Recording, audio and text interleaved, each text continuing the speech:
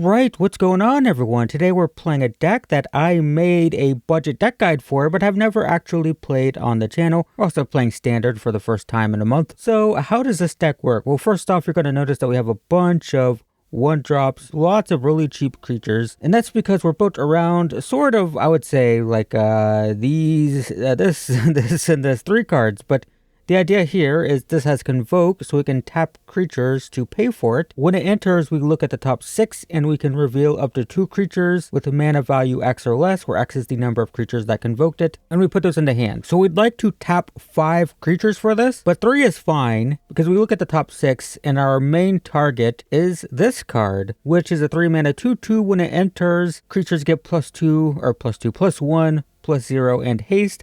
Also has an adventure that we will only very rarely care about, but it enters and it pumps our board. So the reason this is so good is our entire game plan is to play a bunch of 1-drops, right? If we can get 5 1-drops, we have this, by the way, that makes 2 1/1s for 2. So if we can get 5 creatures into play, this is free, and then it gets this, just going to put out tons and tons of power. So how do we get 5 creatures? Well, not only do we have all the 1-drops, but we have this, which will destroy target artifact, and if we controlled it, we get 3 1/1s. You might notice that we're not playing any artifacts, so how do we get an artifact to get the 3 1/1s? Well, we have this to put a blood token into play. We have this that investigates, so it puts a clue token into play. We have this that makes 1/1 gnomes. And so if we can play this turn 1, turn 2, we can blow up the blood token. That's 4 creatures already. We can actually tap the 4 creatures and our other 1 mana on turn 2 to play this right away, right? And that right there is 4 1/1s, a 4/4. And if we find this, we can play it. We're attacking for, what, 13 on turn 3? Right? That's the idea. So because we're so good at putting out all these tokens, we also have Regal Bunnycorn, which has power and toughness equal to our permanent count. We also have this that can just flood the board with 1/1s. Same thing with this, it also puts multiple creatures out, so similar to Resolute Reinforcements, but it also has Battle Cry, so it's another way to pump them. We have this, which is going to pump our creatures, and then whenever a creature enters the battlefield, we can deal 1 damage to each opponent, so this suddenly is dealing 3, right? It's like a lightning bolt kind of to the face. So yeah, that's the whole idea. We're just flooding the board with 1/1s, try to play these, and hope we can just rush the opponent super quick and probably fall apart if we can't. So let's play this thing and see how it does. I played this deck a little bit when I did the budget guide for it, but haven't played this version with some of the new stuff like this card. So we have red lands, white cards, so we have to mulligan. I mean, if we play this turn 1, we can filter and try to find a white land, so maybe this is okay. If we top deck a white land, that is very good. Should I put a stop and crack the blood token first? Actually, I could draw the Gleeful Demolition. Okay, well that sucks. If we don't draw white land, I'll just concede. That's kind of a white land. We'll name human, and we'll do this. And we will attack for 1. So next turn I can... I want to get Lunarch Veteran down, I think, to gain some life against Red Aggro deck. Sure. Take 3, go to 15. Perfect. Another white land. So let's play this. I don't have any way to get this down, right? I can get 4 creatures. I'm still going to flash in Resolute Reinforcements end of turn, though. Yep. Another one, okay. Attacks for 3, I'll take it. Uh-oh. That's scary. Sure. So that's 8. Okay, they're gonna kill my Lunarch Veteran now. So in response, I'll play this. Gain 2. Oh, they didn't kill my Veteran. They targeted me. Alright, well, go to 5. That is okay. So I can do this. I can target this. Get 3 1/1s. Gain 3. Play this. Do 1, 2, 3. Let's do 4. And I'll tap 1. So I have 1 for this. I will take Regal. Oh, if only I hadn't used the land. Crap. Take these. Play this. Gain 1. I could have had a 10-10 out here if I didn't use 1 land. But blockers are important here.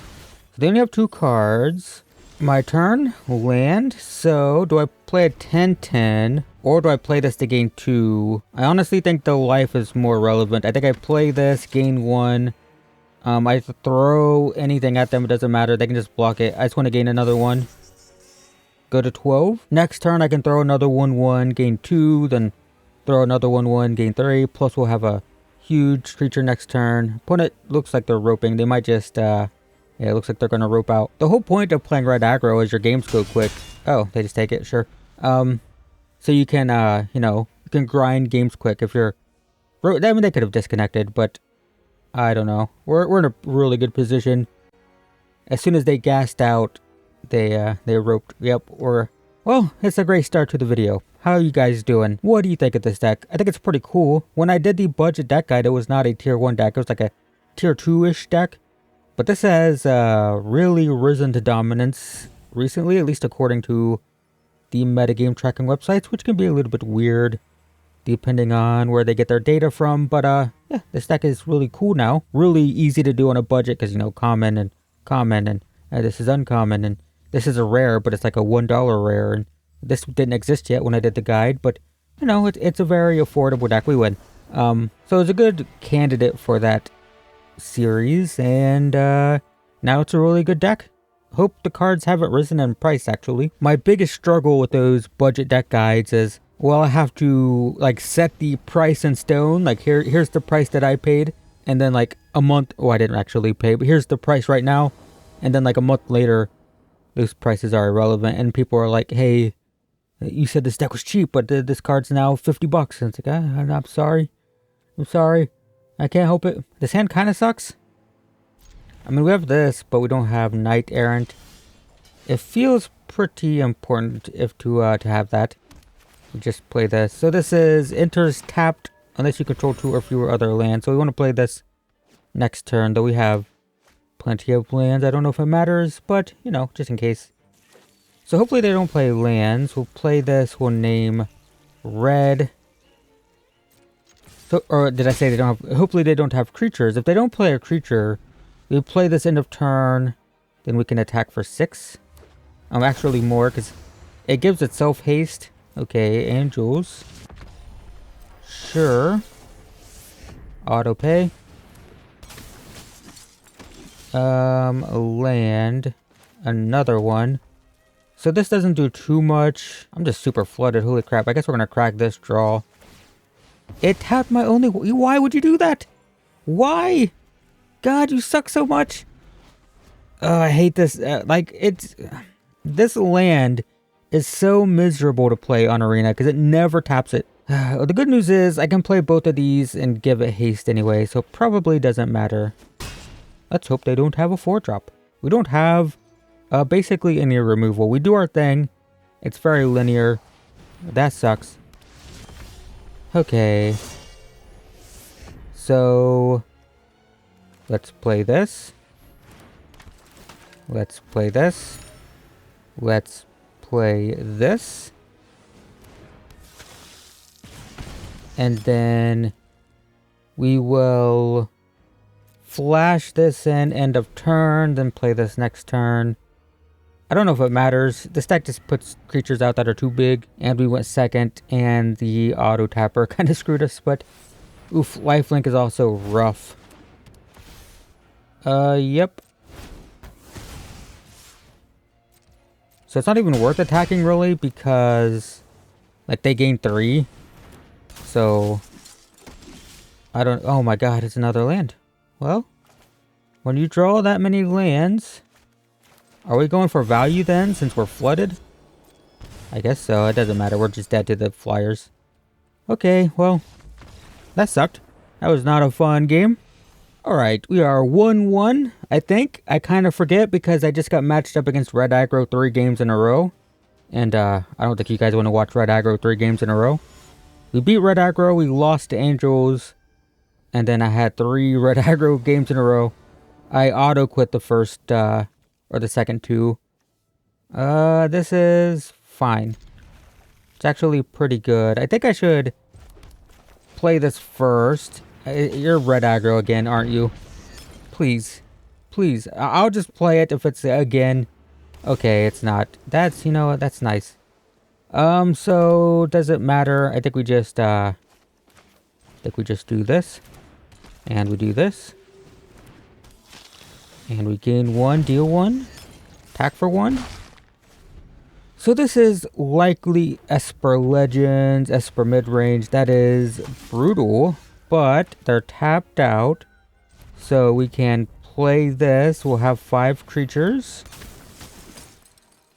Yep. And then we'll do you, and you. Gain 1. Got these. That's probably fine. Alright. And then I think we just pass. Might be worth filtering the land. I don't know. Not sure. Sure. Alright. I think I'm going to. I'm going to crack one of these. Ditch the land. Draw a land. The same land. And then a tap land. So do I attack this turn? I think I'm just going to do this. Yeah. Do 1, 2, 3, 4, 5. And get you and you, the same ones. Awesome. We'll play a tap land, surveil. Don't want it. We will play this. Gain 1 and attack like so. I mean, this is a brutal card against Red Aggro. I haven't seen it as much recently. I mean, I feel like I'd never play against this deck specifically. But the good news is, we win next turn if the opponent doesn't do anything super crazy here, which they're tapped out. So they're not... Yeah, we should win here pretty easily. So we can do... 2 for this. We do... Yep, nice. Because we play this, give everything haste, and... Yep, that's fine. Alright, well that works. That was so much fun. My favorite part about that game was it wasn't against Red Aggro again. Red Aggro is so weird. I guess it's just the speed, right? Like in paper, it makes sense because it's so cheap in paper. But it's not... Like, I see people... I was watching someone play Arena for the first time. They never played Arena. Like a new player on Twitch or whatever. It was a YouTube live stream, but whatever. And they didn't have any wild cards. And they were like, what's a good budget deck for someone who's new? And like the whole chat was like, Red Aggro. It's like, no. It's Red Aggro is not a budget deck on Arena. I mean, it's a monocolor deck, right? So... Monocolor deck means it has no dual lands, which does make it cheaper, but that's true for mono black. Like, I don't know if mono red and mono black, if you look at the wild cards, are that much different. And paper, Shieldred, and US dollars, the last time I checked it was over $100, so it's $400 or $300 if you buy 3 of them to play Shieldred. So, in paper, Red Aggro is like $50 usually, maybe $100 at most, but in on Arena, I mean, there's plenty of rares in it, right? This deck is very common and uncommon focused, but yeah, what are we doing here? Probably play this, auto pay, play this, target this, get the... So that's enough for the Knight Errant if I find it. Yeah, the best budget decks on Arena are which ones don't use rares, and that would be like Blue Tempo, that Azorius Prowess deck. I mean, Red Aggro plays a lot of burn spells, it plays a lot of common and uncommon creatures, but it still has like a lot of rares. Definitely less than like Esper Legends, and you know, this deck is playing a lot of commons and uncommons, I see. Whatever it is. Is this the artifact deck? This is an enchantment though. It must be. Yeah, there's a artifact deck in Standard that I haven't played. I played the Selesnya one, but there's a blue one now with this and the boat thing, the schooner. Sure, that's a 4/4.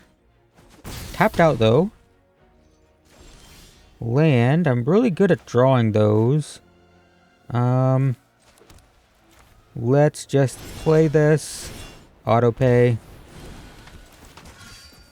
Attack all. They could kill me if they have the thing that makes a 5/5 or whatever. Yeah, they're highlighting this. That's scary. They might have the thing that animates this into a 5/5. At which point they have exactly 11. I probably should have left one creature back. They have it. So we lose. It's 5/4. That's exactly lethal. Bummer. So all I had to do there was leave one creature back. And I knew it was a possibility. So that's on me. So we're 2-2. That was very winnable though. But you can see how much power this deck can put out. It gets kind of crazy. Can put like 10 power out on... this is like perfect, but we're going second. Too bad. And we're going to have 4 creatures, so we can't do this for 5. There's the green. That's very, very convenient. Let's just play this on red, I guess. Play this. Auto pay. So I can... I'll have 5 creatures next turn if they don't kill anything. This deck was really fun when I played it. I haven't played it. I don't think I've played it since I made a video about it. Kind of ironic we got matched up against 2 artifact decks in a row, though. I will take a 3. So I can... Ooh, should I play that? It might matter. It's 2 or fewer other lands, so I don't have to. Let's do this. Auto pay. Let's, investigate. I will destroy the blood token. Auto pay. And that's going to be 5 creatures. So on turn 2, I get to do this. You, and you. And opponent concedes. Yeah, they knew it was coming. So what? We have... hang on. 5. I had so much fun. That was unbelievably fun. So I would have had 9 power. If this would have found the recruiter. I mean, that's just crazy. So that's what the deck's doing. God, we should be 4-1. I threw that Azorius artifact game, and now I'm just upset about it. Because we should definitely be 4-1, but we're 3-2. No, I got the perfect hand, but no red lands. We don't have any good red duels, or not many good red duels that enter untapped. Enemy color combinations are, this is still great, probably this. So, I need this to be on human, right? Human, play this. So I need a 1-drop creature that is a human. Next turn. That's not it, but that is my main thing. I don't have lands though, is the problem. So if I play this, have 4 creatures, I guess this is still fine. Play this. Destroy. Do this. No. This one. Auto pay. I mean, that's still a ton of power on turn 2. So I need a land. I'm going to have 9 power on turn 2. The opponent had 1 land in play. I don't draw the land. That sucks. So I guess we're just attacking. Sure. Doing this instant speed doesn't really matter. I think I'd rather do this and this. And hopefully I have lots of ways now to find a 3rd land. That's not it. Let's explore. Target you. No. Let's explore. Target you. No. Well, can't find it. Sure. Attack. They go to 7. Oh my god. Let's discard this. We found it. Oh my god, it's real. Let's name human, I guess. I don't know. Alright, let's go to combat. See if we just win here. Okay. So the danger now would be... Oh, they're just dead. I didn't do the math. The danger now would have been a board sweeper. So I wouldn't have cast anything here. The plan would have been end of turn, play this on their turn, and then on my turn do this and have all the power. But that works. Alright, that's a quick look at this Boros Convoke deck in Standard, and I hope I demonstrated just the sheer amount of power we can get. People underestimate this, I think, because you have to realize, as we saw, you can play something like this the same turn that you play this. You can tap these creatures to convoke, so it's very easy to do this on turn 2 or 3. And yeah, this deck has some explosive power. The downside being we have basically no interaction at all, so we basically have to do our thing. And if our opponent has a good defense, like Angels, for example, then, well, maybe that's a good reason to play more Regal Bunnycorns. So that's Boros Convoke. Thanks for watching, and I will see you in the next one.